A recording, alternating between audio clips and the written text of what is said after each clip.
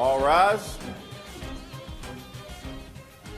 Now, this is case number 290 on the calendar in the matter of Marr versus Palmucci. Thank you. You're welcome, Judge. Parties have been sworn in. You may be seated. Folks, have a seat. Miss Marr, Miss Palmucci is the girlfriend of your ex-husband. Yes. Ex-husband? Yep. Yes. Better. According to your complaint, you and your ex-husband got together and decided to purchase a used car for your daughter. Yes, Ashley. And each of you was going to contribute $400 to the car. Yes. According to you, you gave your husband $400 to buy this car. The car somehow was registered in the name of Miss Palmucci.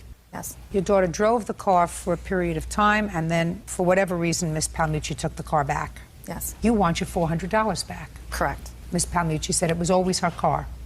Step up, sir. What's your last name? Marr? How long have you and your former wife been divorced? About 4 or 5 years now. And how long have you and Miss Palmucci been together? About 7 years. So I assume you and your wife were separated for a long time before you divorced. Yes. How old was your daughter when you left the house? Like 13, 12, 13, like that. How old? 10. 10?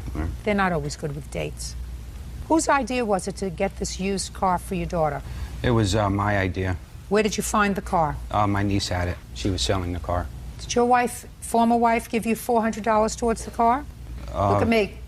It was my understanding that check that she gave me was for the work I did for her at her house a week prior to that. And I gave $200. How much was the car? The car altogether was $700. Did you have a conversation with your former wife with regard to her contributing to the car? The only conversation that we had was with my daughter and myself and Mary about the car. There was no verbal conversation about the car between me and my ex-wife. Did you have a conversation with your father about the car? Yes. Step up. Tell me your first name. Ashley. Ashley, tell me about when you had this conversation with your father about the car. Well, I was at work and he called and asked me if I wanted to discuss with my mother about getting the car from my cousin. Well, what specifically did he say? He said, "Do you think your mother would go half in buying a car for you?" I said, "Yeah, she would." So I went home and talked to my mother about it, and she said, "Yeah, that's a good idea." Did your father tell you how much the car was? Yes. How much did he say it was? $700. And did you tell your mother how much it was? Yes. Who did you give the money to? My ex-husband. When? I gave it to him on July 28th. Did you give it to him in check or cash? Check. How much did you give him? $400. Why did you give him $400? Because I was told that the car was $800, and later on, after I had paid it, my daughter had said it was only $700. Did you originally tell your mother it was $800? I think I might have. What date did you get the car? July 31st. July 30th. And when was the car taken back from you? It's August 21st. Mr. Marr, you did have a discussion with your daughter about her mother going half for the car. Unless you're calling your daughter a liar. Are you calling your daughter a liar? Me and Ashley discussed it. We didn't discuss anything with my ex-wife. Are you telling me that you didn't say to your daughter you think your mom would go half with me on a used car for you? No, it didn't take place, that conversation. Really? Yep. Tell me the work that you did for your ex-wife that you thought she was paying you for. I put a liner in the pool and a skimmer also. Did you arrive at a price with her? No, it wasn't. We didn't compromise the price. Well, how much did you spend for the liner? I didn't spend for anything. She bought the liner and I put it in. I installed it and the skimmer. How long did it take you? Half a day, about 4 or 5 hours. So what you're telling me, Mr. Marr, is you want me to believe, sir, that you thought that this $400 was your labor in putting in the half a day? Yeah, that I paid my brother-in-law with the other $200. Exactly. Really? Yeah. Even though you had not come up with an amount with your wife for what the job was going to be? No, since she doesn't make that much money, I was just happy with whatever she gave me, that's all.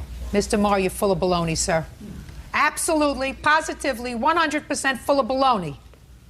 If something doesn't make sense in this world, Mr. Marr, it's not true. If something makes sense, it's usually true.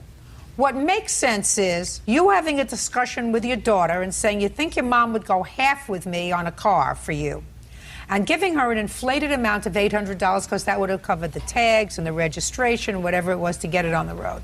And she going to her mother and saying, "Would you do that?" And her mother said, "Sure." And her mother hands you a check for $400. You don't even ask what it's for. You ask, don't know. It's for the swimming pool. It's for the liner. It's for the work. It's for the, I don't know what this is for. Thank you very much for the check. Then you register the car in your girlfriend's name. What happens to her $400 when you take back the car? I didn't register the car. She registered the car. Because I wrote out the check for the $700, which I have, and I paid for everything else, including the insurance. Then you got it, Miss Palmucci. He scammed you out of $400. Who scammed me out of $400? He did. Really? Yeah, he did. Okay. Because he got paid $400. So if you wrote out the entire check of $700 plus putting tags and registration on the car, then your boyfriend scammed you out of $400 because he got half of it from his ex-wife, which was supposed to pay Either for way, the car. the money comes out of a joint checking account, which him and I have. So he didn't scam me out of anything. So that's also where the check is deposited. Yeah. Into the account that we both have. Let me see everything, please. I want to see all the paperwork, please. Going to resolve this right away. Judge Judy continues in a moment. These two people decided to buy her a car. He's afraid to tell you that. The conversation between him... Try not to speak over me. You will not be successful. And later today, things need to be paid. She offers to pay for those things. I wasn't going to say no. Why not? Somebody offers me money. Who am I to say no? A creep. Pamela Marr claims her ex-husband's girlfriend, Mary Palmucci, illegally titled a Chevy Cavalier in her name. Pamela says the car was supposed to be a gift to her daughter, Ashley. Why is the certificate of title all mangled? Because she attempted to take it from my house and tore it in doing that. Where's the car now? In my driveway. Who drives it? Nobody right now. Why not? It's not registered and insured. Does it still drive? Yeah, Yeah, it still there's drives. nothing wrong with it. Oh, good.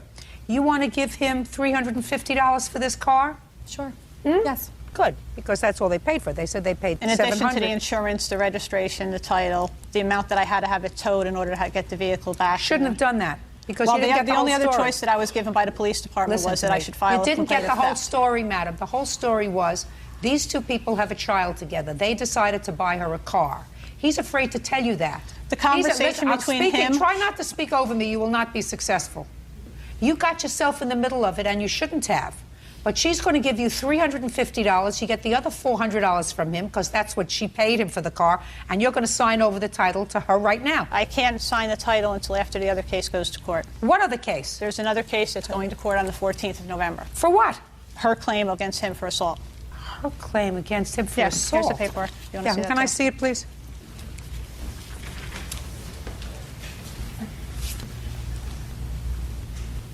This has nothing to do with the title to the car. It does. It's in there. It says that she went there and that she attempted to get the title to the car. That's It's in I one of the gotcha. papers there. I gotcha. We'll give you a copy of this tape. You take it, you show it, and you indicate to the judge who hears that case, if a judge is going to hear that case, that you were directed to, and you have agreed and acknowledged to follow my direction. You're going to sign this over to her, and she's going to give you $350. Bird, have her sign it right now. You created a whole lot of trouble, Mr. Marr, by not being honest with the women in your life. Sign it. Tell her sign here.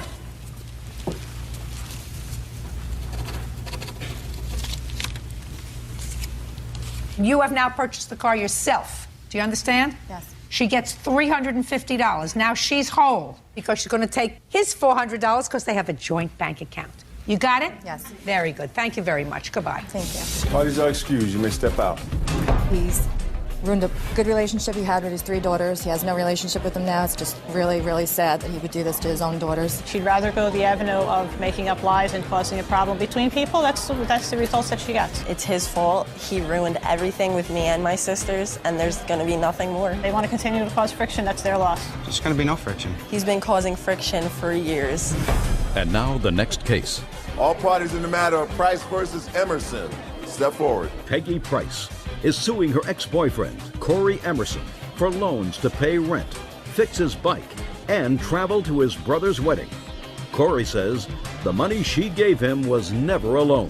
Miss Price, Mr. Emerson was your boyfriend for a brief period of time, and according to your complaint, you made a series of loans to him. You want your money back because he broke off the relationship. He says that he did break off the relationship. Any money that you gave him during the relationship were gifts because you cared for him. He needed the money. That's what people do who care for each other. They help each other out. And the only time it became a loan was when he broke up with you. Is that your defense, sir? Yes, ma'am. How old are you, Mr. Emerson? 30 years old.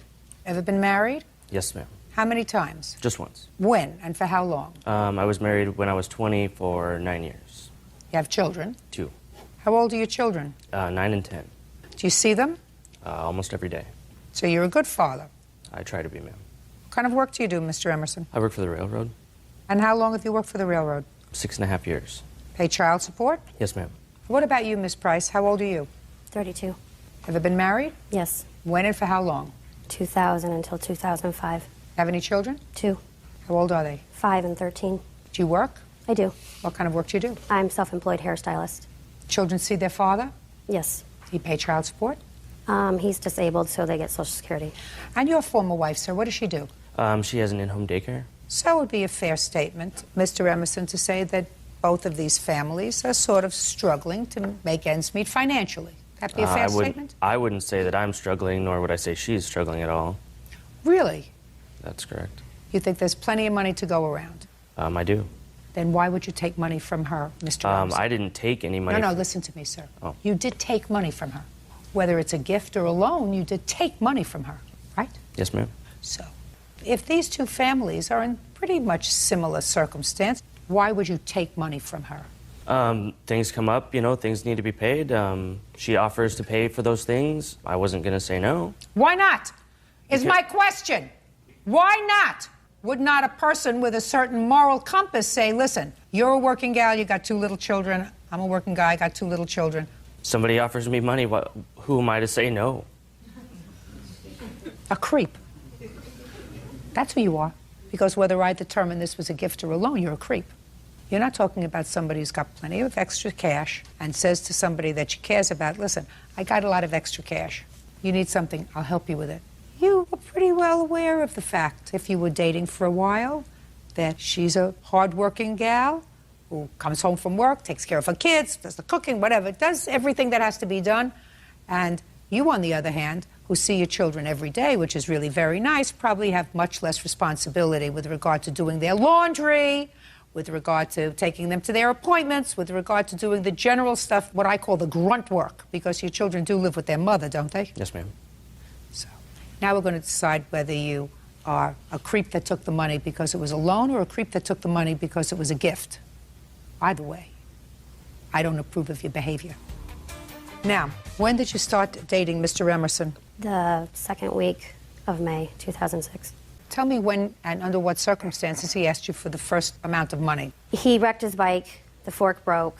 He said that he didn't have the money to pay for it. Sent me a text message, can you do me a huge favor? That's how all of them start. Could you do me a huge favor? Yeah. Go ahead. What did it say? I need money to pay for the fork for my bike. Okay. So I said under the condition that he'd make payments, whatever. Eventually it's got to be paid back. When did you tell him eventually he has to be paid back? I didn't set a date. I just said, whenever you can pay me back. Okay, so and how much was that for? This check was for $409.81. Okay, next. Then he was having problems. He didn't have enough money to pay his rent. So how did you find out about that? He sent me a text message again asking him to help him pay his rent. And I said, how much is it? And he said it was $640 with late fees. I said, how much do you have? He said he had like $400 in the bank. And I said, I can help you out, but once again, it's, we're adding this on. So I wrote a check for $640, but he gave me $403 of it. Go ahead. Then he had to get home. His brother's wedding was like a month before. He had to go to a wedding? To Montana. And, we talked about it, and I'm like, I can help you out if you want me to, whatever, I can help you out. I don't want whatever. You're in court now, Miss Price. You have to be specific about what you said to him and what he said to you, and I want you to trust me on this. I know what you're making up, and I know what you're not making up. Right. Do you understand? Right. So a month later, he had a wedding? Yes. Where were you when he asked you for the money for the trip? We were at a bar. And what did he say to you? He just said that he didn't have the money to get there. Could I help him out? And what did you say? I said, I can do what I can, but... And how much was that? The plane ticket was $346.60, and the Greyhound bus that I put him on, because I waited till the last minute to get the plane ticket, and it was going to be $900. So I wasn't going to do that. I didn't have the money to do that, and he knew that. So I sent him on a Greyhound, and that was $159. Okay, and that's it? Yes. And what date was that? He left on the 1st of August and returned on the 8th. And when did you and Mr. Emerson stop seeing each other? He came in on the 11th, which was a Friday, at about noon.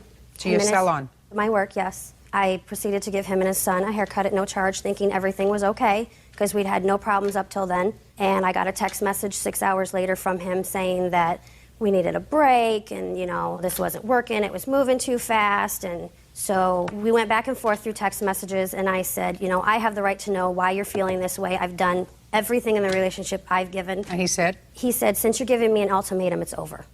Okay, now, Mr. Emerson, it's your turn. June. June!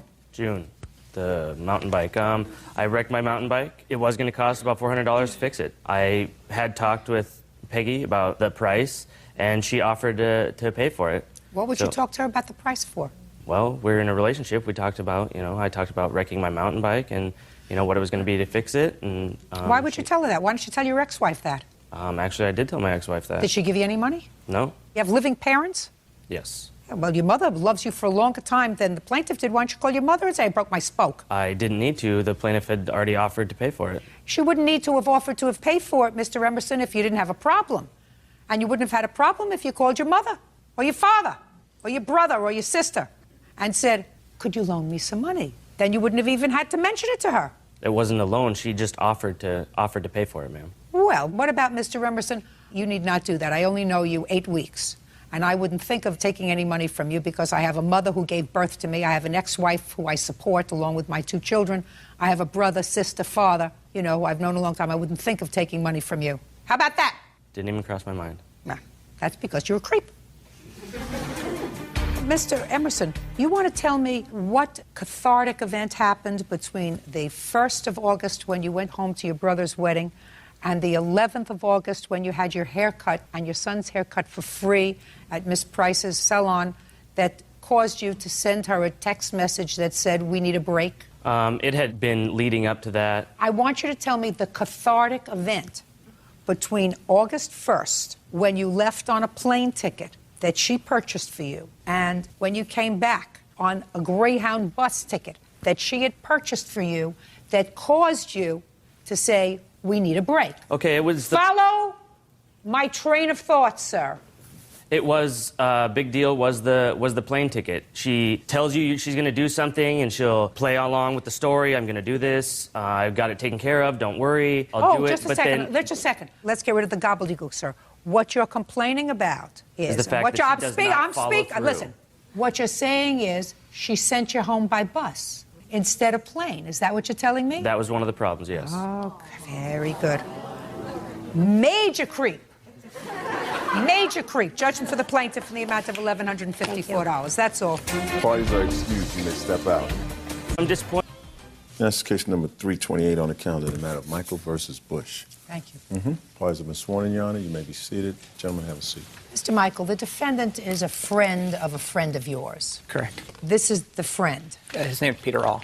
And you know Peter because you have custody of his 4 children. Correct. You have custody of his 4 children because he and the mother of those children are incapacitated. They got in trouble in previous times and... With drugs. I'm not sure what legal matters, but yes, Trust me.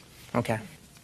In any event, how long have you had custody of the children? I'm starting my 5th year now. As a foster parent? Actually, as a guardian. I don't get, court benefits. So you support them? Yes. What do you do for a living? I'm a paramedic firefighter. How did you come to take the children? I actually knew their mom. She lived in the neighborhood, and basically we knew each other that way. And when she got in trouble, I basically said that I would take care of them until she got out of the trouble she got into. And how often does their father see them? He doesn't see them as often as I'd like him to, but he does spend some time with them. And does he give you any money for their support? Well, he's done things like he's bought shoes for them and things like that. And money for their support. Yeah, there's been a couple occasions. He'll give you $50, $60 different times. And their mother? She's in Florida and haven't seen her for a few years. Well, Mr. Michael, it's interesting to know that there are still people around like you. Thank you. Anyway, Peter over here came to you and said to you that his girlfriend had a check that needed to be cashed. It was a certified check, according to you. And so, because you're a good soul, you said, well, if she's willing to wait, I'll put the money in my bank, because I don't have that much money. It was $6,000. I'll put the money in my account. When the check clears, I'll give her the money. But then somebody cried to you that they really needed the money. Who was that? Well, when they first came to me, they basically said that it was they didn't say girlfriend, boyfriend. They said that they were doing web designs together, business partners. And They basically said that they were short some cash right then, and so I said, well, I'd give them $2,500 up front. So you gave them the $2,500, and then later you gave them $3,500. After the check cleared my bank, and my bank called me and said the check had cleared, I withdrew the rest of the amount and proceeded in giving the rest of the amount to them. Who did you give it to?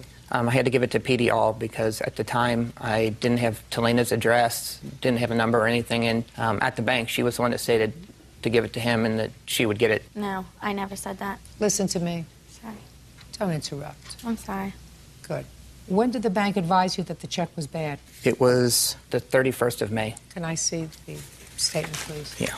There's the original check, and there's the notification from the bank.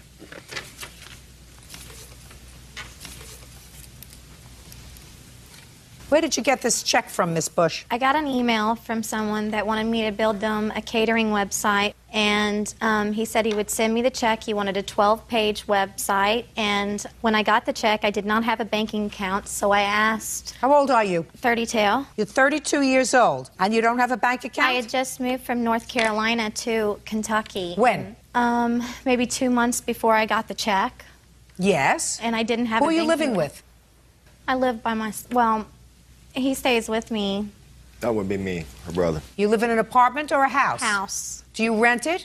I'm owning it. I'm buying it. Were you renting it? No. Well, whose house is it? How do you pay the rent? It's in his It name. would be my name. All of it.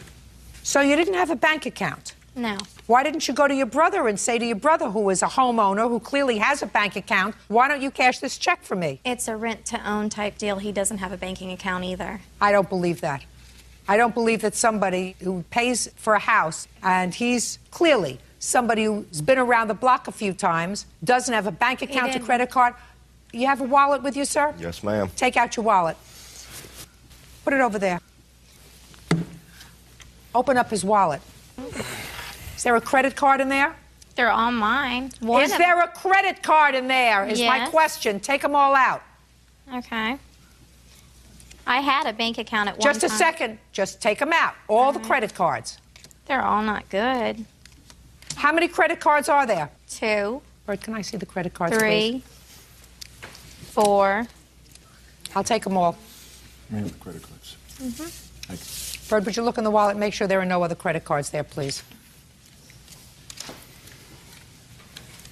Thank you. The one with my... Shh, quiet.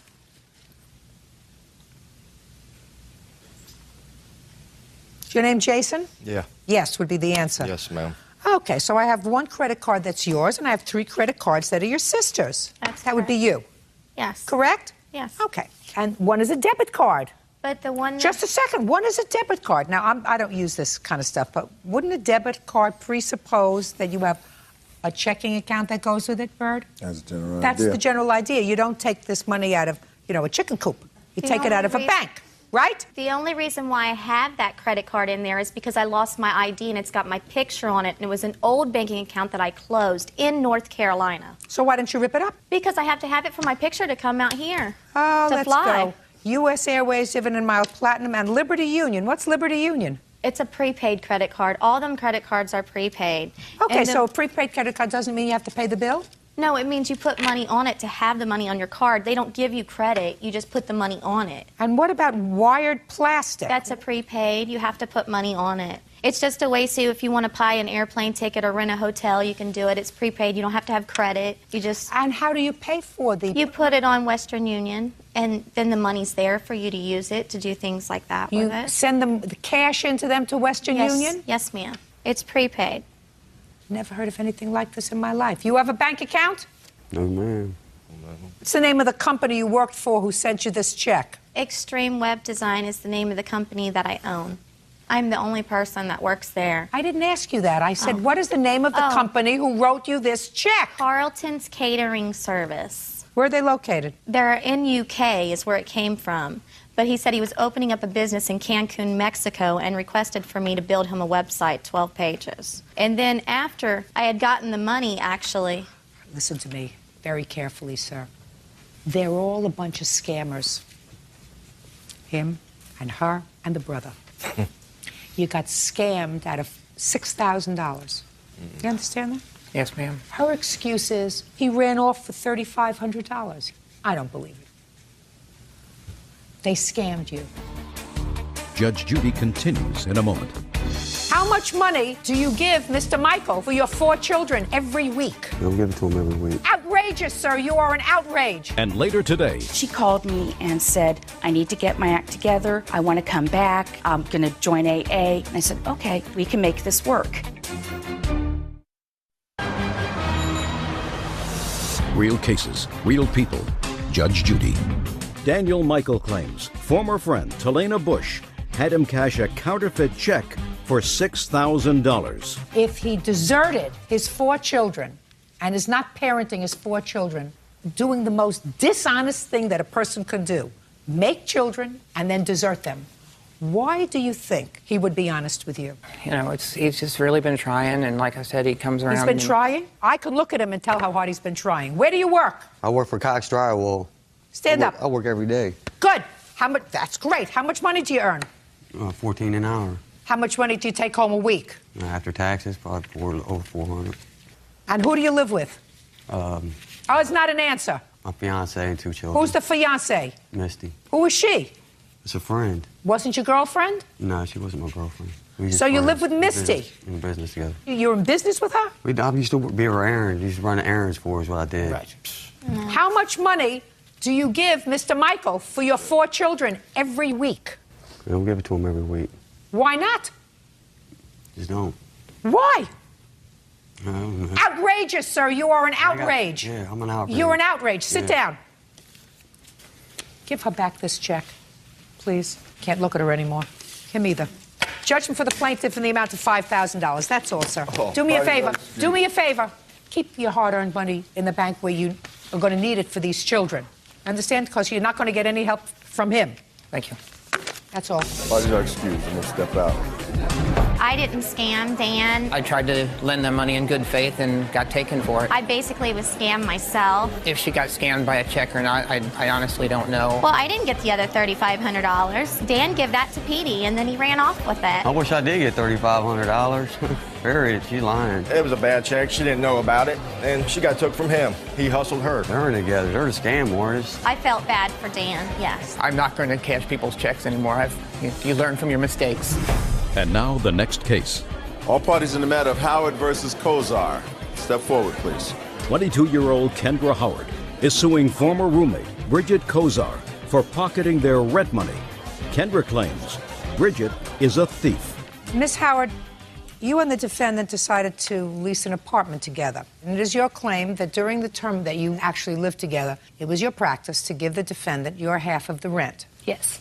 The defendant acknowledges that that was the practice, that you gave her your half of the rent. You claim that she moved out, and when you checked with the landlord says that the landlord never got your half of the rent, that there was a substantial amount still owing on the lease, and you want to know where your money went. Ms. Kozier says that she actually did pay the rent each and every month that you were there. You were late in paying your rent, which caused late fees to accrue on the rent.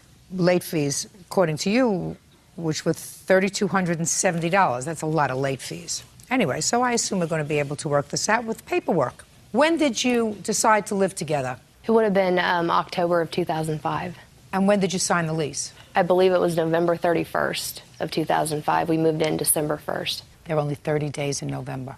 I'm sorry, 30th. Just went through that in my head very quickly because I was practically positive. I never heard of anybody being born on November 31st. Okay, who moved into the house? She did first for about, I think it was 2 or 3 days before I got everything over there. Is it a house or an apartment? It's an apartment. How many bedrooms? 3. And who lived there? Myself and the defendant. What was the rent? It was $809 a month. Okay. And when did you leave? I left the 30th of July. So you were there 8 months? Yes. Why did you leave? The plaintiff had made it quite clear that she wanted me out of the apartment. She wanted me gone and the place for herself and her boyfriend. And she made the situation to live there quite impossible. And for my safety, I decided I needed to get out. I couldn't wait till the end of the lease. Right. This is the boyfriend? Yes. Okay. You living in the apartment now? Yes, ma'am. Good. Together? Yes, ma'am. Same apartment? Yes, ma'am. Okay. Do you have a statement from the landlord that 1st of August what the arrears were on the rent? Yes. I'd like to see it, please.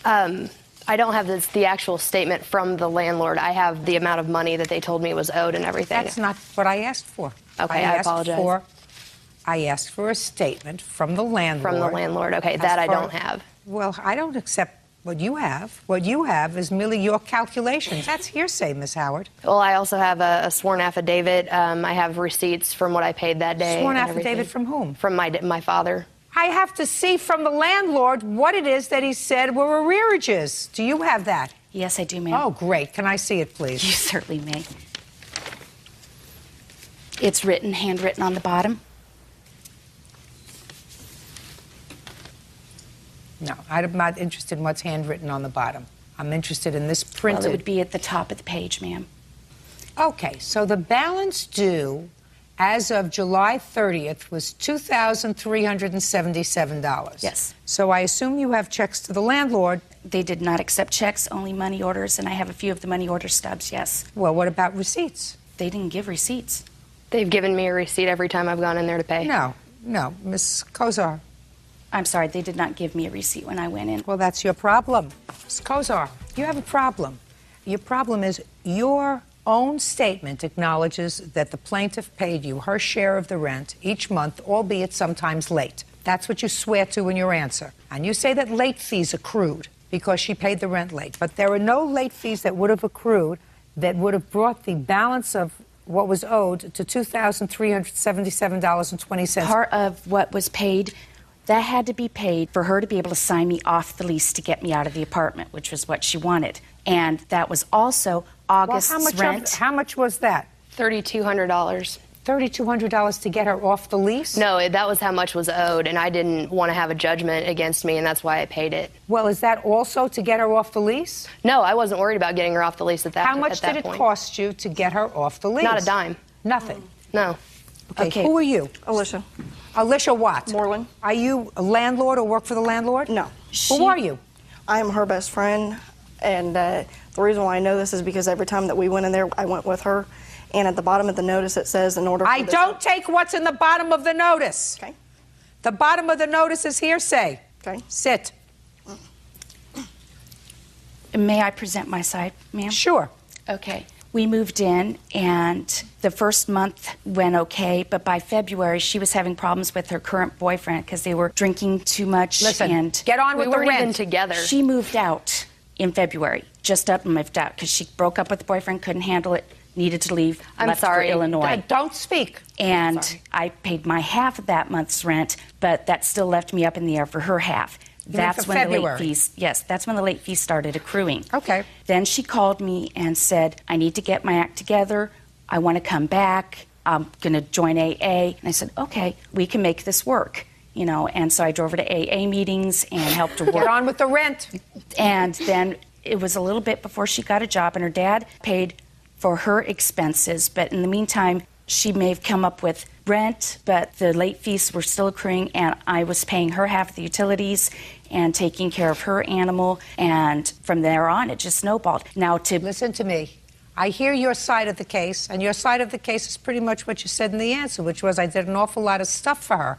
Bottom line is you were responsible for ensuring that the rent was paid. And I have heard nothing that either she or her father didn't see to it that her half of the rent was paid. And yet there is a deficiency of $2,300. That whole $2,300 was not back fees. That also included the August's rent that she had to pay to stay in there. You weren't there in August. No, I was moved out by then. But they wanted August's rent, and that was part of the $2,300 she had to pay. No, it wasn't. That's what brought it to $3,200. Just a second. Was that part of August's rent? No, not at all. $3,200? Okay. This says, as of July 30th, what was owed was $2,377.20. And Ms. Kozar, unless you can establish to my satisfaction that you paid this money to the landlord, this is your debt. It was your responsibility to pay the landlord. Now, you pay the landlord by money order, and if you pay the landlord by money order, you get a rent receipt. And if you didn't get a rent receipt, then you had ample opportunity to go back to the landlord when you knew you were being sued for this money and saying, look. I did go back to the landlord. Show me the rent receipts. They didn't have any of the rent receipts in our file. Well, then that's not my problem, madam. That's what you have to do. How old are you? I'm 42. And you have how many children? I have 3. You have 3 children. So somebody who's 42 years old and has 3 children, when they make a business arrangement with somebody who is how old? 22. 22. You're supposed to act responsibly. And the responsible thing for you to do is keep records, keep a bank account. That's what you're supposed to do. Judging for the plaintiff in the amount of $23.77. That's all. Yeah, this is case number 292 on the calendar in the matter of Terry versus Terry. Parties have been sworn in, Judge. You may be seated. Mr. Terry, the defendant is your former wife. Yes. You have 5 children. Yes. When were you divorced? Finally in July of 2005. And I assume you were divorced because you decided that you couldn't make a go of living together, right? Yes. Fair statement? Yes. So after your divorce, you did the most ludicrous thing that I ever heard of. You moved into her house, rented a room, according to you, so that you could be close to your children. Is that right? It's to help out with the children. There's 5 of them, and they're pretty overbearing sometimes. Well, that's a great idea, but if you're going to live with her, you might as well be married to her. Living there under these circumstances is really ridiculous. In any event, to show you just how ridiculous, you claim that your former wife assaulted you. Yes. At a time when you were, in fact, living in the house, and you want her to pay for your medical bills, want her to compensate you for your injuries. Your former wife says you started the argument. She just finished it. And since that time, you've embarked on a campaign of harassment, and she is counterclaiming. Tell me when this incident happened, Mr. Terry. Happened February 26th of this year. And according to what I read in your complaint, you were in the house watching TV with some of the kids. Yes. What were you watching? I believe we were watching NHRA on ESPN. You were watching? NHRA, it's automobile racing. And how many of the children were you watching auto racing with? I believe all 5 of them were watching, and 2 of the oldest ones had left the room at this instant. How old are the children? They range from 7 to 16. So the 16-year-old left. Yes. One below that is how old? 14. That one left. So the 3 little Out ones. of the room, yes. Little ones are there. Tell me what happened. We were sitting there watching TV. She came out of her room, which is adjoining the living room, and started swearing and was upset about something and went to the fireplace, sat down, and was smoking a cigarette. At the whole time, she was sort of cussing me out and saying how negative things were with me. Why were you angry with him? I had asked him to help do things around the house and to help with the kids instead of sitting there watching TV. That's what you do to a husband, not to a tenant. Well, he gets a He big was a tenant. discount in rent because of his help. But he was a tenant. Correct. If you wanted to boss him around, you should have stayed married to him. Okay, so you were angry because you would ask him to do some chores, help with the kids, and he was sitting around watching TV. Yes. Acting like a husband. Yes. Right? Yeah. Rather than as an almost employee, because if you say that he gets a big discount in his rent, then you're giving up a certain amount of rent in order to get work out of him. Correct. So you weren't getting work out of him. Right. Recipe for disaster. So you were angry and annoyed and letting him know it. Yes. What happened next, Mr. Terry? She kept raving on and Were you badgering me with her were you- voices. Mr. Terry, were you ignoring her? I responded to some of the things, How did you respond? just with my mouth. In front of your children? Yes, nothing negative came out of my mouth. If there was nothing negative that came out of your mouth and she's cursing at you, why don't you tell me what you said to her? I don't remember. I was concentrating on the program. Well, try to remember, Mr. Terry. I'm curious what I you were just said, talking about in what's front of your I don't 3... see what the problem is this evening. I'm with the 3 children. They're with me, or all 5 were with me, so it's not like I'm not watching them like she wanted to. And she just kept bickering. So go ahead. Let me hear. And she finished her cigarette, got up, charged me, swung at my face, hit me in the shoulder. I have a previous injury, and it's like a tender spot in my shoulder. You were still sitting on the couch? Yeah, I was sitting on the front part of the couch, like leaning forward with my hands crossed, just watching the show. And I didn't think she was going to charge me like that. And she came up around the table, took a swung at my face. I went back. She hit me in the shoulder. I fell back, and my feet went up, and I broke the table in front of me. Go ahead. And then I sat back up from falling back into the couch, and I looked at the glass on the floor, and she went off saying that I was breaking things and that I did that on purpose. And I said, no, I fell back when you hit my shoulder. And she was really steamed then. And I picked up a big piece of glass, probably 4 foot by 4 foot, over her head, threw it down. I put this hand up, it cut my finger, and it hit me in the arch of my foot, cutting it. And then I got up, and she was throwing things at me continuously, and I told her I was going to call the sheriffs, and she said, no, I will do that. I got up to go to the phone, and she was already there, so I just left and went out and sat on the stairs. Were you treated that night? No. The next day? Yes, I woke up and it was painful in my foot, but I thought it might subside over the night, so I went down to my room. After the sheriff's came, they took a statement from both of us, gave her a ticket for battery, and she told the sheriffs that she didn't mean to throw it at my foot. She was trying to aim for the ground. And I was outside the whole time, and the sheriffs... could you do me a favor and answer my question? Were you treated the next day? I was treated the next day, yes. Where? At San Bernardino Medical Center. Can I see the papers, please? You want to see the police report? Yes. There's the police report, the hospital report, off-work notice. Thank you.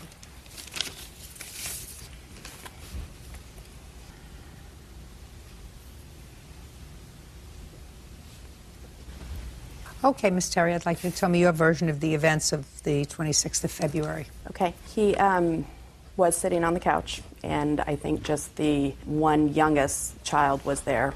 I think the oldest two, who are actually 15 and 17, were gone because they're usually never at home.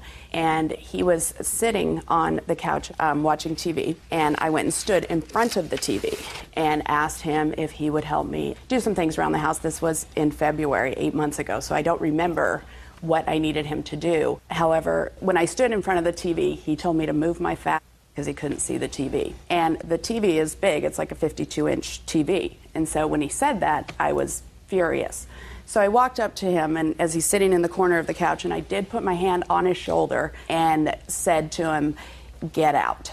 We're done. We're not doing this anymore. Get out. And if you don't leave right now, I'm going to call the police." And that's when he kicked the table. And then when he did that, I was furious because my dad gave me that coffee table. It's very expensive. And I did not punch him. I did not hurt him in any way. I picked up the glass because it didn't really like shatter. It shattered but still stayed together. And I picked it up and I showed it to him and I said, "Look what you did to my table." And I threw it down on the wood right where it was. And again, it broke in like big pieces, you know, but not like shattering, like where there was like sharp edges because it's tempered or something like that. And he immediately got up and I walked over to the phone to call the police. In February of 2006, was he paying rent to you? Yes, he was. And he had paid February's rent? I believe so. You can't throw him out. Right. And who are you to throw him out? But he was damaging my property. No. Listen to me, Miss Terry. You can't do what you did, madam. What you did was 100% wrong. What you did was confuse your circumstance. I mean, you two people elected to have this bizarre arrangement where he rented an apartment room, I don't know what it was, and there was an understanding that he would help out with the children, help out with this, help out with that, but he's not your slave. You can't stand in front of the television set and expect no reaction. That's what wives do, stand in front of the act and say, "Listen, I asked you to do this and I asked you to do that, and you didn't do it." So he responded to you. You didn't like it. Sticks and stones will break my bones. Names will never hurt me. You can't put your hands on him. Period. Judge Judy continues in a moment. The call that she made to the police says if he ever sees her with her new boyfriend, that he's going to kill him, and also told her that he's going to steal her boat. I don't know anything about that. Real cases, real people. Judge Judy. Matthew Terry claims ex-wife Kelly Terry owes for injuries he received during an argument in her home.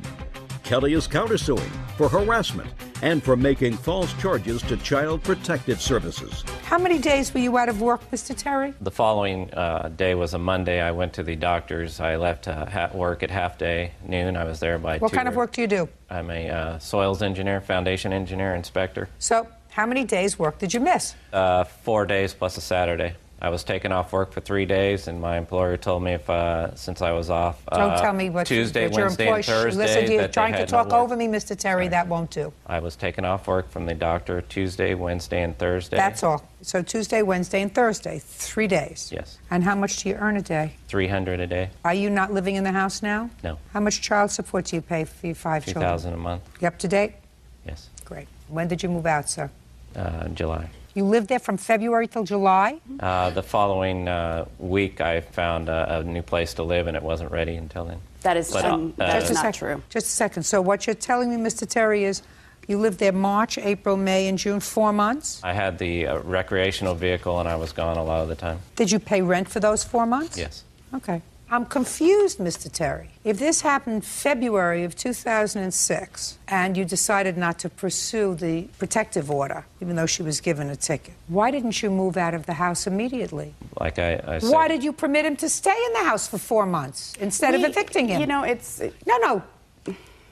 Are those legitimate questions? Yes, they are. You could have evicted him. So month-to-month tenant, did he have a lease? No. So he's a month-to-month tenant. So now my question to you, Mr. Terry, is why did you file this case in September or October of 2006, some 8 months later? Mainly my whole reason for living is to take care of the children, and I work 60 to 70 hours a week. And why didn't now you I file have this time. case? Now Well, I that's have too time. bad. That's too bad, Mr. Terry. Quite frankly, I was very sympathetic with your position. I don't think that your former wife had the right to put her hands on you to cause this injury. And if you had decided to move out in March, 4 days later, you paid up for February, said, I'm not going to live under these circumstances anymore because it's too violent, I would have heard your case, and I would have said, you're absolutely right, sir. She has to compensate you for the time that you were out of work. But this is an afterthought. And I don't know why the afterthought right now, Mr. Terry. You want to explain that to me? There has to be a reason for this afterthought. I didn't want to create any more negativity in the home. Well, you did by staying there for 4 months, sir. I think it was more of a positive thing for the children and to take care of the children. That's my main thing. Just a second. For the last 4 months, is that right? Yes. So why would you sue your former wife now? I'm out of the house, and it would not You don't think create that any negativity right now. Oh, really? You think not? Yes. You think that the fact that you have children who are certainly of an age of understanding know that their father is suing their mother in court for thousands of dollars wouldn't create negativity? She sued me in court for divorce. That's different, sir. It was more of a financial thing with her. That's different, sir. And I did not tell the children there was any litigation going on. You may not. Don't you think that your litigation against their mother at this point creates stress? I mean, you're suing her for $5,000. Yes. And if you're suing her for $5,000, I'm sure that in your financial circumstance, the fact that you rented a room to you indicates that you're not exactly flush with dough. So $5,000 is a lot of money to her. I still don't understand the rationale for 8 months after the event. I can explain that to you. Well, I'd like to hear it. The reason that he filed now is because that's part of my counterclaim for harassment. Because the reason he moved out is because I have a boyfriend. And in the year and a half, we have been divorced. I have never seen anybody else. We have, but not like inside the home or anything, or brought them around the children. And Matt just went berserk when I had somebody come over to the house and meet the kids and stay there, not stay there, but just interact with the kids, because it's never happened before. And on August 2nd of this year, I have a police report where he came home and my new friend John was there, and Matt just flipped out, just started going crazy. He threatened to throw John off the deck. He threatened all of these things. And so I immediately called the police, and the police stood there while Matt moved out. Mr. Terry, you have a problem with your wife having a new male friend? No, not at all. So you want to tell me your version of what happened on the 2nd? Yeah, I came home from work and she'd called me maybe 20 times on my cell phone while I was at work in meetings, such things. And when I got home, I told her, you can't call me like 20 times a day. I was in meetings and she said, you better respond to me. And so I went downstairs and she chased me all over the house, just badgering me the whole time. I went to make a phone call to the sheriffs and she kept pulling the wire out of the house. Was her boyfriend there? No. So the boyfriend wasn't there? No. This had nothing to do with the boyfriend? No, he wasn't there. So he wasn't there when the altercation took place? Well, it's interesting because she called the police, and the call that she made to the police says, called the RP and told her that if he ever sees her with her new boyfriend, that he's going to kill him, and also told her that he's going to steal her boat. RP would like an emergency restraining order against the subject. Why? I don't know anything about that. You don't? No. Okay. There was no restraining order. He lived in the house up until that date. And the police were there as he was packing his stuff and leaving. And he did make a comment to John. We were outside, you know, I just wanted him to just go. And he walked by the sliding glass door and said, in front of the police, I hope you're clean because I'm calling Child Protective Services to John. I hope your record's clean. And after that, and that's where the counterclaim comes in. This is the second time in my life I've ever been to court. The only other time was divorce court. And the judge commended us on having the most friendly divorce that he had ever seen. And we've been friends this entire time. We've been great friends. We're just not good married. You weren't good living in the same place either. We were for a long time. A long time we were, until I decided to move on with my life. And that's the problem that he had, is that I guess because I married him, I'm never entitled to be happy. I don't love him like that, you know. He lives in an RV. He parks it in front of my driveway, in the street, in a cul-de-sac. He'll leave it there for 3 days. He'll start fights with the neighbors, and all of this has been since August of this year. Why, Mr. Terry? The last time I brought the RV up, she told me to bring it and bring the kids to the dental appointments, and also Kenny, my 8-year-old, has a heart condition. He has to go to echocardiogram. So I brought the vehicle up. She knew that's the only vehicle I drive. I parked it in her driveway. Yeah. Plugged into her electricity. Right.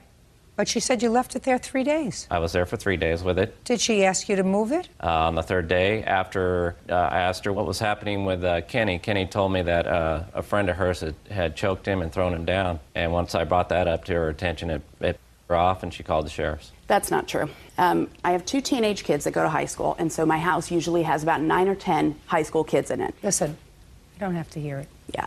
She wants you to leave her alone. Where do you usually keep your RV? I live in resorts. Keep it there. Just keep it out of her driveway. Yes. All right, Ms. Terry, I'm not entertaining your counterclaim for harassment right now or ever.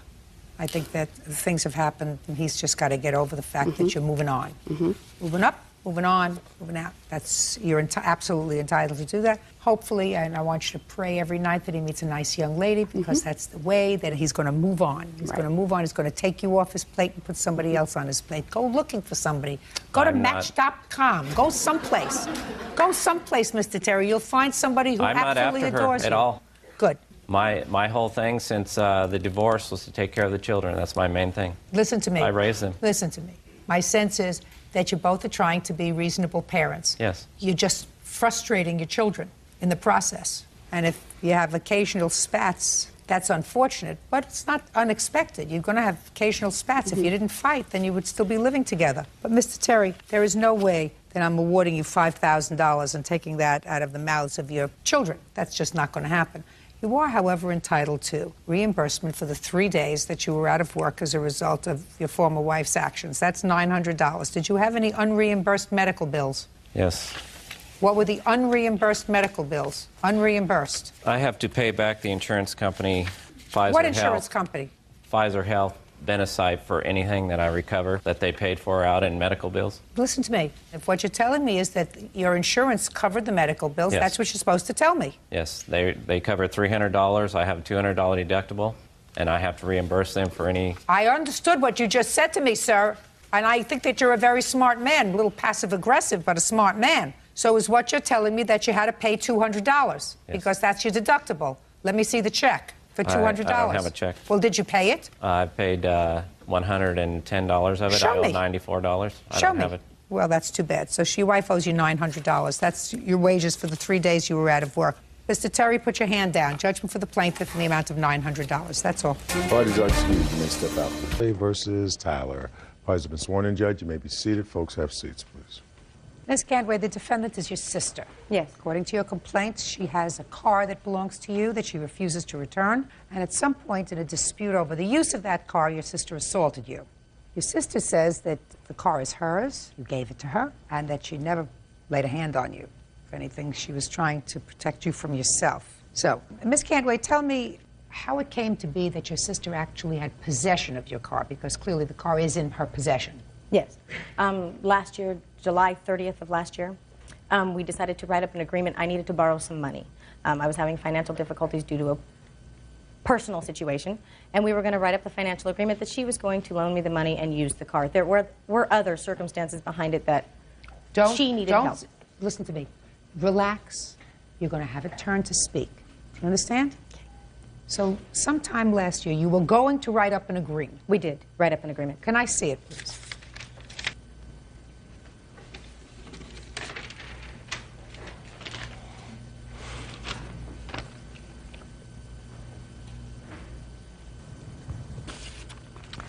Now, when did you write up this agreement? 7/30/01. And what happened? Signed this agreement that you would let her use your 1991 Toyota Tercel and keep it as collateral for $600 loan. You say the loan never came about? No, the loan never came about. So, what happened next?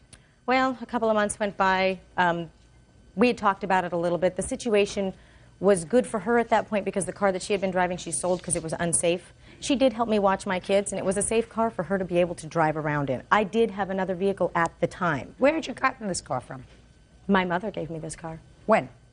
Back in 1995. And you had another car? At the time that my sister was using mine, yes. What kind of car did you have? 1996 Camaro. So what happened a year later? Well, we had had a few discussions about the car. She was perfectly aware of the situation, that the car was to be used by her, not owned by her. She knew. Don't tell me what she knew. Okay, well, as far as my understanding, she knew. Just don't tell me what she knew. In February of the following year, I told her that my Camaro is going to have to go. I'm filing bankruptcy. Well, something happened to the Camaro prior to them repoing it on the bankruptcy anyway, but either way, it was going to go. I told her I have to have the vehicle back. We discussed being able to work out terms of sharing the vehicle so that neither one of us would be without a car. Let me ask you this question, Ms. Cantway. There came a time when you signed over the pink slip to the car to your sister. Yeah. When was that? I think that was probably about a month later, maybe. A month later when? A month later in? From the time that we signed the agreement. So at the end of August? Yes. Now, could you explain to me why you signed over the pink slip to your Because sister? at the time, I did not have a driver's license, and in order to insure the vehicle, it was extremely expensive. The insurance What do you mean company, you didn't have a driver's license? You told me that you had a... Yeah, I had a car, but that doesn't mean I drove it. You told me that you had another car that you were driving. I didn't drive it. I had another car. Why weren't you driving it? I didn't have a license. Why not? I made a mistake. Something I had to pay for. Has nothing to do with the situation of why I don't have my Tercel now. If it has anything to do with drinking, it has to do with the situation, because your sister says part of the problem was you're drinking, driving at the same time, and that the altercation that you had that resulted in you say you getting assaulted had to do with her trying to protect you and your children. So what I'm asking you is, you said you'd made a mistake that had anything to do with a DUI that you received. Yes, ma'am, it did have to do with a DUI. Okay. So at the time that you gave her the pink slip for the car, that allowed her to put the car in her name. For insurance purposes. No. No. That's prima facie evidence of a gift. If you turn over the pink slip, it says that you are now the owner of the car. I thought I was getting a loan. But you didn't get the loan. I didn't get a loan. I gave her time to give me the money. She's supposedly getting a settlement. I needed the money to pay my attorney. She never got a settlement. I never got any money. So I was without my vehicle and without a loan. So are you telling me, but for the fact that this transaction never took place, you would have sold her your car for $600? No, collateral. Well, let us say that she never gave you the money. Which never happened. You never took your collateral back because you had already tried. Right. I tried. Okay, now let's move on. Let's move on to this assault that you allege. July 4th, my sister I knew was going to the Baptist church with my mother for the fireworks show, so I called and said that I was going to come and use the car in order to take my children to the fireworks. I received a phone call back that I am not allowed to use the car unless I ask nicely. So I drove over to the house to find out what was wrong, what was going on. We ended up getting into an argument about the agreement, about the car. She grabbed her keys, grabbed her purse, and went down the stairs to get into the vehicle. I sat in the passenger seat, and I turned it off. I said, you're going to... No, just a minute. She ran downstairs, and you followed her. I walked downstairs, followed her, yes. Go ahead. I turned off the ignition. As I did that, she reached over, grabbed my hand, scratched up my hand right here. I threw the keys out the window as kind of just a response to being grabbed. She started to claw at me. I threw up my hands, grabbed her wrists, and asked her to stop. What are you doing, is what I said. Okay, Miss Tyler, I'll hear you. When we did the agreement, I was the one that did that. I said, Serena, I want to give you something for the car. She said, look, I'll sign over the pink slip. I really don't want the money. But I went ahead and did that anyway. No, that's not what happened, Miss Tyler. Just pay careful attention to me. That's not what happened. Not unless you can show me that the pink slip to the car was signed over on July 30th. This was signed over on September the 14th. Right. Yeah. Okay. All right. Right. So it wasn't signed over on July 30th. Well, let's get your story together. Okay. So anyway. Now let's start from the beginning so that you can hopefully get your story together properly. Your best defense is the truth. I want you to understand that. Judge Judy continues in a moment. She got really belligerent with me and said something about my son who was brutally murdered 5 years ago. And she started punching on me, and then she threw the keys out the window. Real cases, real people. Judge Judy. Serena Cantway says she used her car as collateral for a loan from her sister, Suzanne Tyler. Serena says the loan never happened and Suzanne won't return the car. Serena also claims Suzanne assaulted her. You sign this piece of paper. Right. You signed it. Right. This piece of paper says you're getting this car as collateral towards a loan for $600 in which I will repay her at $25 a month. That's what this says. Oh, that is not the one. I don't have a copy of that. Really? Oh, show this no, to her. I'm I don't. sorry. I don't. Show that to Your her, Honor. please. Do you have that?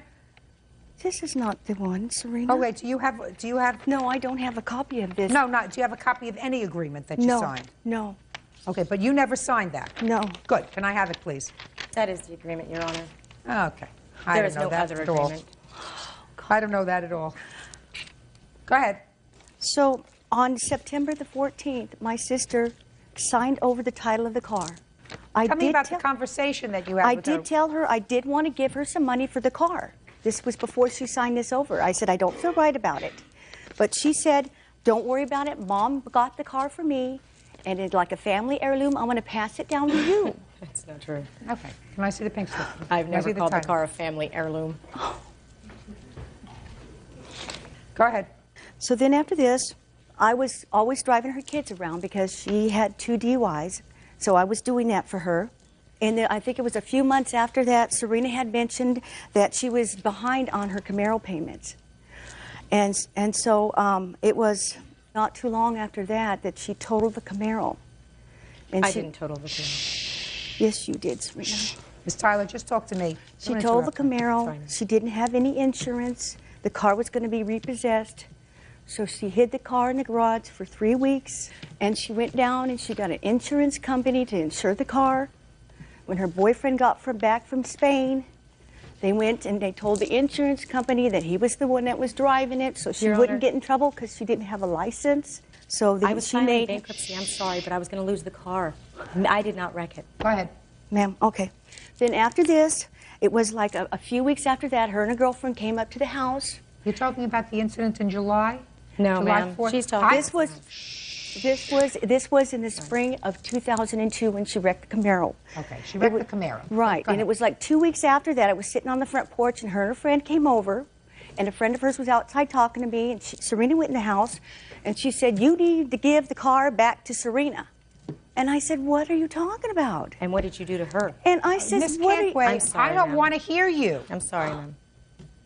I said, I says, what are you talking about? And she says, you need to give that car back to Serena. And I says, this is an agreement between me and Serena. It's really none of your business. And I asked her to leave. And then she got really belligerent with me and said something about my son who was brutally murdered 5 years ago. So I called the cops and asked her to please leave. Who said that to you, the friend? Yeah, her Okay, friend of a hers. friend. Keep going. So then I asked, Serena was there, and I came out. I said, Serena, what is... I called the cops because I said, you got to get this woman off my property. Okay. So then I told Serena, I says, what is the deal with the car? Don't interrupt her. I'm not interrupting. She didn't I was raising interrupt. my hand. No. She didn't interrupt you while you were testifying. Yes. When she did once, I told her to be quiet, and she waited. That's what I'm telling you. Do you Okay. understand? Yes. I don't have to say it again. It irritates me to be irritated. I'm sorry to irritate you. Good. Real cases, real people. Judge Judy. Serena Catway says she used her car as collateral for a loan from her sister, Suzanne Tyler. Serena says the loan never happened and Suzanne won't return the car. Serena also claims Suzanne assaulted her. Keep going. So then I confronted Serena because she was there, and I said, what is the deal with the car? What is this about this contract that you're talking about? And she says, well, I was using that against Scott in case he wanted to get his hands on the car. And I'm going, what are you talking about? And I want the car back after you get your settlement. And I'm thinking, and I told Serena, I says, well, Serena, I don't know why you... What Miss Tyler is she talking about? Because I have a workman's comp settlement. I broke my neck, and I'm still recovering from that. Would you tell me, please, what happened on the 4th of July of 2002? Yes, Serena wanted to borrow the car, and she'd had borrowed the car 5 days in a row because I know she was out of vehicle, and I was trying to do the nice thing for her. And you had your driver's license back at that time? Oh, yes, she did get it back, yeah. So, but there in that week, she had, I know this for a fact because she left the house and she drove the car twice drunk, and she let somebody else drive the car. So, and during that evening on the 3rd, I was sitting on the porch with family members. They were concerned. They said, you're going to have to not let Serena drive the car. So I said, well, I know this is going to be a problem. So the next day when she asked me to use the car, I said, honey, I got errands to run. I said, I'll try to arrange a ride for you, and we'll try to see what we can work out. Well, then she came over shortly after our conversation on the phone, extremely upset with me, yelling and screaming. I said, Serena, quit yelling at me. And then she brought up the contract, the $600. She kept it up, and I said, I've got to get away from here. So I grabbed my keys, and I began to go down the stairs. She followed me. She got in the car. She grabbed the keys. We were like this, and she started punching on me, and then she threw the keys out the window. And then when I waited, I had a second set of keys. When she went back upstairs, I got in the car, rolled the windows, and I took off, and I went to my cousin's house. And I left town. I left town the following week because I got tired of the abuse, and I moved to Napa. Ms. Cantway, I'm certainly hearing two diverse stories. I see that, yeah. My job is made very easy by the fact that neither of you dispute the fact that you signed over the pink slip to this car, not conditionally, not as a lien holder, but for all purposes to your sister. If you had signed it over to her and been a lien holder for $600, because that was the condition of giving it to her, that she would pay you $600 or give you $600, there would have been a lien on the car for $600. Yeah. But you did not. You signed it over so that she is now the owner of that car. Yep. So your lawsuit with regard to the return of the car is dismissed. With regard to the assault, since I find that this was her car and you had absolutely no right to get into her car, to pull the keys out of the ignition, to stop the car. Your Honor. I'm speaking. She says it's because you had either let someone else drive the car or nobody else family. drove the I'm car. speaking, or people told her that you were driving the car while you were intoxicated. And if it's her car in her name, she is liable for anything that happens to the car.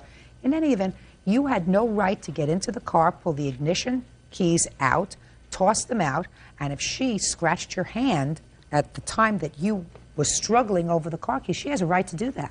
Yes. Because it's her car. I had driven the car drunk, Your Honor. No, it doesn't make any difference. I took the dog to the vet to be put down, and I picked his daughter up from school. Let's say you weren't driving the car drunk. You still have absolutely no right to get into her car and touch her property, and she has the right to use whatever force is necessary to get your hands off the ignition keys. And if she scratched your hand while she was doing it, she scratched your hand. That's it. I mean, it's certainly very sad She that... neglected to mention to you what she did to the other girl who was supposedly so belligerent at her house. The other girl mentioned, why don't you give the vehicle back to Serena? It is her car. You know what she did to that girl? She grabbed her by the bottom of her neck and scratched her all the way up to her ears. Now, if this person that you brought to the house said something to her about her child who was murdered in No, the course they of the, said in the nothing course, about that. you were They would inside. not You do were inside. You were not outside. I when was that outside. No, I don't, Ms. Cantway. The porch I is don't right believe there. a whole lot of what you're telling me. What I do believe is that you gave your sister your car because you had another car. You had no use to have for this second car. You had a newer car. I wish the I was newer, that I'm rich. speaking. The newer car got repossessed. You said, I want my car back. She said, I'm not giving you your car back. She said, but I'll share it with you. I'll share it with you. You use it when you need it, and I'll use it when I need it. And then you had an argument. No. And you want a court to resolve it as a family dispute. I don't intend to do that. Case is dismissed. That's all. Oh, no excuse. You're going to step out. He's got a lot of animosity to me, and it really hurts my feelings, and I wish it didn't have to come to this. I just found out the blood's not thicker than water. She was demanding and wanted it back, and it wasn't just going to work out that way for her this time. According to her, I'm the spoiled one that gets her way all the time. Well, obviously not, huh? Maybe somewhere down the road we can settle it. And now the next case. All parties in the matter of Panzeri versus Maria, step forward, please. 25-year-old dental hygienist Gina Panzieri is suing her former friend, 23-year-old student Heather Merrier, for her share of a vacation in Daytona Beach. Ms. Panzieri, you and the defendant have been good friends, decided to take a vacation together. According to your complaint, one of you purchased the tickets, the airline tickets, and the other one reimbursed for half. And then the agreement was that the defendant would pay you for half the hotel. You booked that on your credit card. You went away, she didn't pay, you want her half. Correct. Now, you had an agreement to pay half the hotel. Yes. You went away with her. Yes.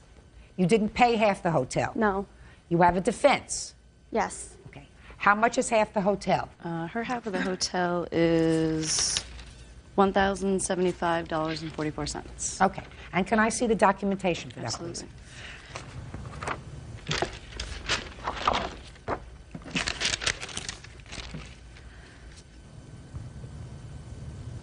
Okay. I want to let you know that I'm looking at the bill. The bill indicates that the only thing on here was the room, the tax, room charge, so there were no other additional charges on this bill. You understand that? Yes. It's clear you did not pay her your half. Yes. Tell me very quickly what your defense is. Well, we arrived in Daytona, and the first 3 days were fine, and every day after that was awful. She was an absolute nightmare. She acted like my mother. We went down there to have So you a didn't good have a time. good time together? No, not at all. And so what did you do? I didn't stay in the hotel half the time. You stayed where? I stayed with friends that I met down there. Fine. Well, you stayed in their hotel? Yep. Did you pay them? Nope. Good. So you have to pay her. Understand? Yep. Mr. Sworn in judge, you may be seated, sir. Have a seat, please. Ms. Lee, according to your complaint, you and the defendant had a long-distance relationship. You lived several hours away from each other, and you were in this relationship for a couple of years. 2 years. That's correct. That's a couple. Yes. And you indicate in your complaint that while you were together, you would bring some of your property over there because you spent so much time there. Exactly. The relationship terminated, and you want your property back. Correct. The defendant says that you did bring some things to his house, and the things that you brought to his house were gifts. In addition to being gifts, it talks about money being taken off for vandalism and other nonsense. So we'll get to it in a minute. When did you start this relationship? Mid-August of 1999. And where were you living? Portland, Oregon. And where was the defendant living? Tukwila, Washington. How far is that? 180 miles. And how often would you visit him? Every single weekend. So far, is that correct? That's correct.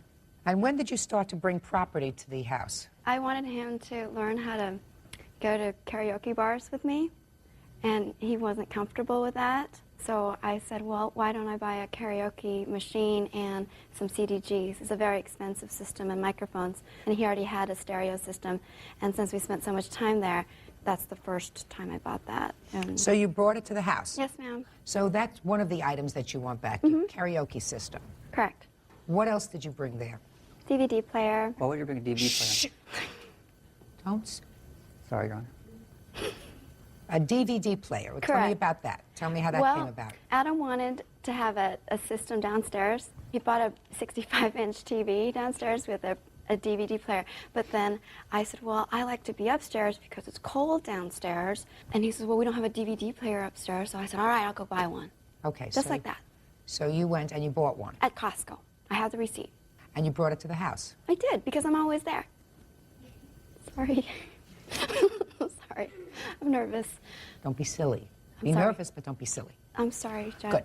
Okay, so you brought the DVD player over there so that you could use it upstairs because you were cold downstairs. Yes, correct. What else? I have a list. Do you want me to show it to you? Sure. Okay.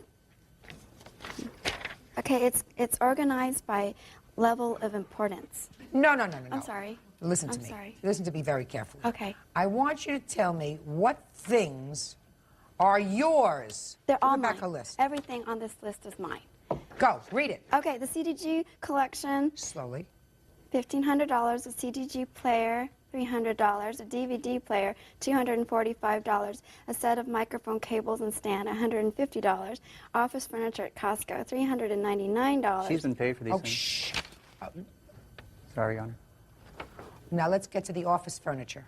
Yes? What kind of office furniture? It's a set because he had an office room. I didn't really like his office set, so I said, let's just go get a new one because I really liked him. I thought we were going to spend... Strike that. Listen to me. Okay. Strike that off your list. If you say, you have a set, I really don't like it, I'm going to get a new set. No, he wanted a new set. Or he wanted a new set, and you said, I'll go get it. Go ahead. What's next? Domestic stuff from Costco. We furnished his kitchen, and I furnished his bedroom set, comforters, pillows, yada, yada, yada. And I know you don't really... And then bathroom stuff, and then I also got him a tent for his car.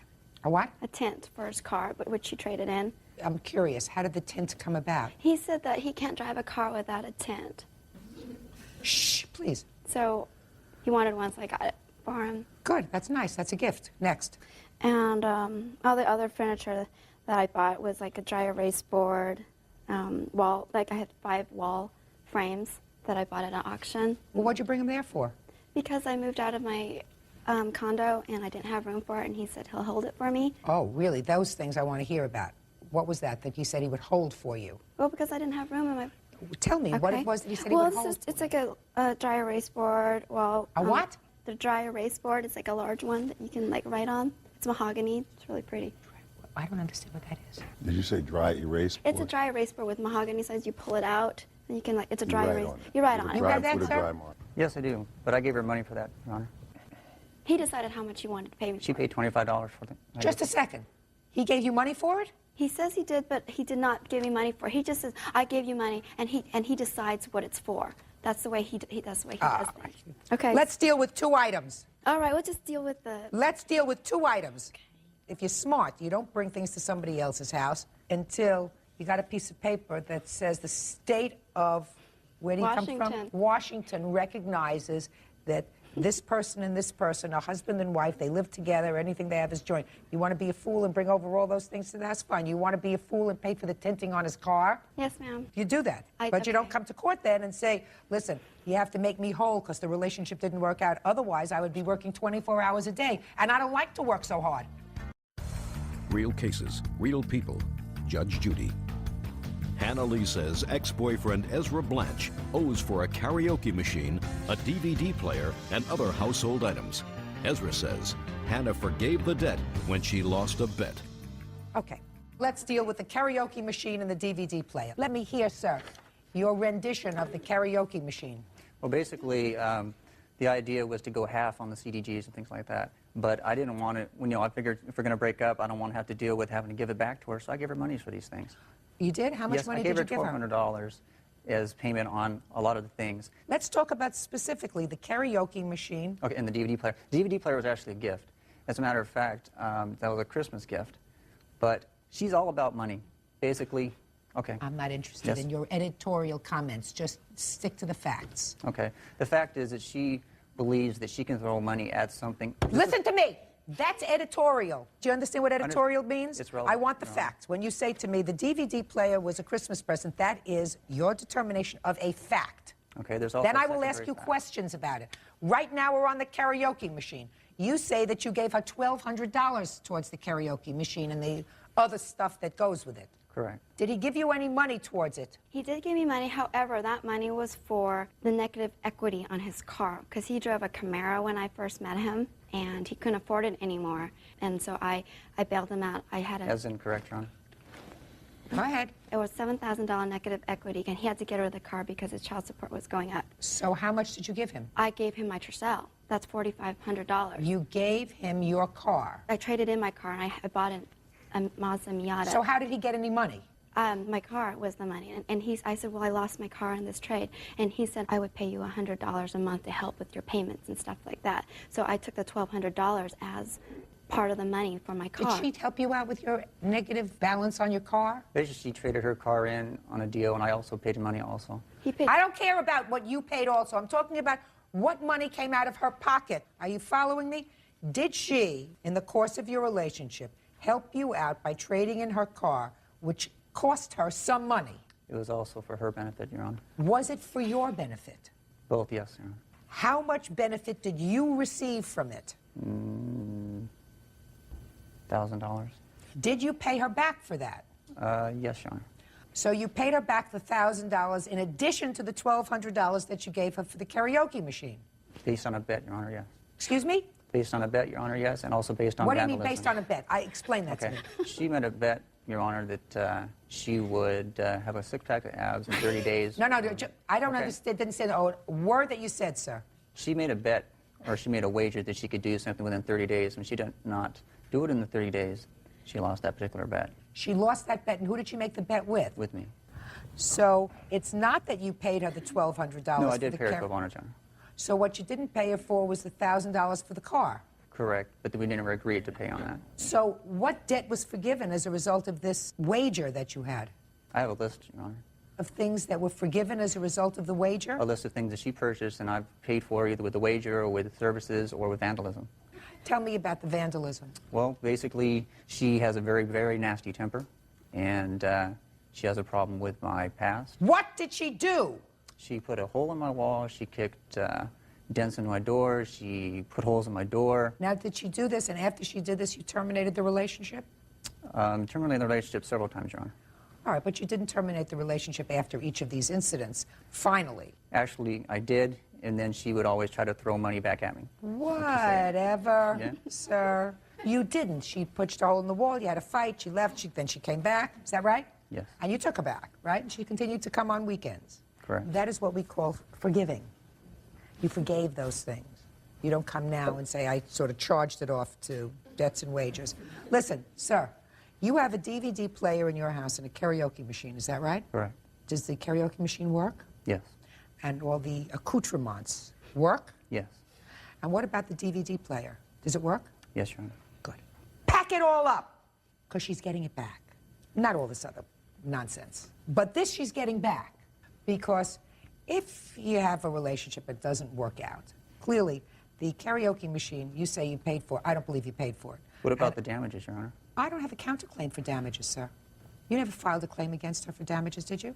No, I didn't have a chance to, Your Honor. Well, chance, that's what we're here for. I don't have a claim. The karaoke machine you said you paid for, and then the negative equity in the car you didn't pay for, but then there was a wager, and she said, if I can spin around 4 times with a banana on my nose, then I will pay for it. Whatever the bet was. She lost the bet, so you said, that's baloney. Okay. Relationship is terminated. You have to do the right thing. The right thing is if she invested a lot of money in electrical equipment for your house. The DVD player was a gift, Your Honor. Does it sound familiar to you that she said, let's put one upstairs because it's too cold downstairs? Not exactly, Your Honor, no. Well, what exactly? You said not exactly. Was that a no or a yes? Well, she told me that I could forget about paying for that because she had done something in the relationship and she wanted to stay. She said, you can forget about paying for it because Right. I did something wrong. Correct. A minute ago, you told me it was a Christmas present. Well, on top of that, Your Honor. Well, a minute ago, you told me it was a Christmas present. Yes, Your Honor. You see, when you lie, sir, what happens is you usually Your trip Honor. over your tongue eventually, you know? Eventually. You're giving back the DVD player and the karaoke machine. They're going back within 5 days. Pack them up. She will pay for shipping, correct? Yes, ma'am. Perfect. Court will prepare an order. Good luck to you both. Goodbye. Parties are excused. You may step out. It just didn't work out, but I still care about him a lot. She's got a very nasty temper. He's a good person. She likes to get physical and violent. I wish him the very best. She needs to grow up. And now the next case. All parties in the matter of Bacamino versus Gala, step forward, please. Tammy Bacamino and her boyfriend John Adams are suing motel manager Eric Gala for charging a bedspread to her credit card. Eric says while staying at his Love Motel, the couple stole it. According to your complaint, you were a guest at a motel that was run by or owned by the defendant. You left. You evidently signed a credit card for your stay. When you got your credit card bill in the mail, you noticed that there was an additional charge. You called up to find out what the additional charge was, and what were you told? They said I stole the bedspread, a round bedspread. Okay, and how much did they charge you for the round bedspread? It was $80. It's not the money. Shh. It was just the principle that I would not steal something. Absolutely. So what did you do when you saw the charge? Well, first of all, this is my boyfriend of 3 years, was our anniversary, and just for the fun of it, as a novelty, we went to this hotel that had a round bed and a jacuzzi, and he was surprised. I mean, I did it as a surprise for him. He didn't know. And it's, you know, it's for 3 hours and it's $75, and you go in and just use the jacuzzi, and then after we left, I didn't find out till a month later that they also charged me $80. For the bedspread. Right. So what did you do when you found this out about this $80 charge? Yep, I called them and I asked them what's this extra $80 charge, because it did not say on my charge card statement. And it was the woman in charge at the time, or I guess the lady who runs the desk. And she said, oh, it must have been a mistake, and that, you know, she was going to look into it for me, and then they would credit my card back. She told me to call back in 2 days, which I did, and she didn't have an answer for me. And then I called back again, and then she said, well, the manager, his name was Eric Gale, said that I had stolen the round bedspread. Okay. What date did you go to the motel? It was May 30th of last year. And what hours did you rent this room? It was from 8 o'clock to 11. Is this a busy place? I don't think so. It's a fun place. This is not. No, but is it a busy place? A five-star motel or anything like No, that. I don't mean that. I didn't ask if it was a five-star motel. You know, I asked you if it was it's just a busy. When you novelty got thing. there, there might have been other cars. Well, there might have been. I didn't really notice. You didn't notice. Okay, Mr. Gala, Yes, Your Honor. let me hear you, sir. Well, the clerk that she had mentioned that she called when she was disputing her charge explained to me that she was told to check with who she had stayed with. Maybe they misadvertently took the bedspread. How big is this bedspread? It's a king-size quilted bedspread. You don't accidentally take a king-size quilted bedspread. Well, And it's what- round. What we found in the past, Your Honor, when something like this happens and we go through this procedure, when we ask them to check, usually within 1 or 2 days it reappears and we reverse the charges, is usually what happens. When the clerk asked her to check with the person she stayed with, she was emphatic that she was with her husband and her husband did not take it. So? I did not say that. And the maid, when she checked the room, had explained that the door was locked. Oh, you can't tell me what the maid explained. The maid's not here. Where's the maid? Well, she's been with us for 5 years. She would not have taken the bedspread. I don't know who took the bedspread. Who in their right mind would take a soiled bedspread from Just a second. anywhere? So far, it doesn't sound like you're having a think it's problem here. Okay. They came to the motel. They stayed for 3 hours. Were you present that day? I don't recall, Your Honor. So you have no first-hand information about this case? Well, the only thing that I can explain to you is that we're a family-owned and operated business for 50 years. Last 26 years, I've been managing it. The maid's been there for 5 years. We have a security gate all the way around the premises. We have traffic control gates. You have to get the in and out. register of the guests that evening? I don't have that with me, but I do have the credit card statement that she signed No, that's for the not room. what I'm asking for. I'm asking you for the register of how many people slept in that room or stayed in that room on May 30th. Just them, Your Honor. You don't know that of your own personal knowledge, sir? Yes, I have checked into that. No, no, no. I want to see the register from the hotel for that date. I was explaining to you they were the only ones to use it. You don't know that, sir, because you said, I don't know whether I was even there that day. No, I checked into it. I looked at the I paperwork. can't rely on your checking into it, sir. That's why we're in court. The maid does make a morning check, and She's not here, Okay. sir. You're giving me hearsay. Okay. And you Your can't Honor. testify because, you know what hearsay is about? Hearsay is about my being able to cross-examine a witness, which is exactly what we're doing now. I'm examining you. I'm not just asking you questions that come out of here. I'm asking you questions to get facts. You can't give me the facts of your own knowledge. You can only give me facts based upon something that you've heard from somebody else, which is useless to me in court. So, you have to reverse their charge for the $80. Yes, They Your say Honor. they didn't do it. You have